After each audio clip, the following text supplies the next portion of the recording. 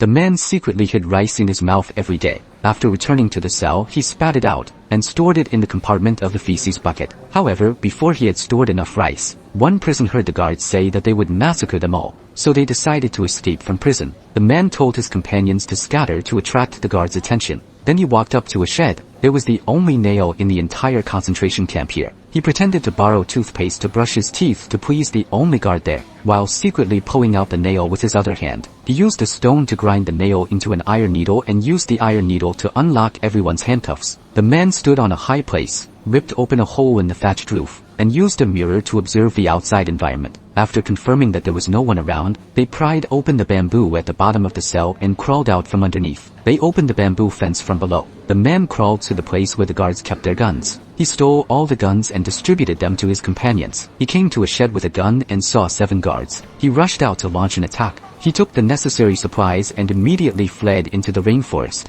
When it rained heavily, he opened his mouth to drink rainwater. When they were hungry, they ate the rice he had hidden before. But the rain was too heavy, and they were washed away by the flood. They found a river and made a raft to float downstream. But they soon encountered a waterfall. They managed to survive with great difficulty. The raft crashed down heavily, and all the supplies were gone. They came to an abandoned village. Suddenly, an American military helicopter passed by. He stood in the open space and shouted frantically, but the helicopter didn't stop. He made a fire by rubbing sticks and lit the wooden house, and shouted at the helicopter that appeared again, but the helicopter shot at him. He fell to the ground to avoid being hit. They left the village and encountered angry villagers who launched an attack on them. The man could only flee. The next day, he found that some soldiers were camping nearby. He could only hide quietly. After those soldiers left, he secretly ran over and picked up the sweet potatoes they had left. One day, another plane passed by. He picked up a large leaf and waved it vigorously at the plane. The plane circled around him a few times but then left. After a while, a helicopter came. Finally,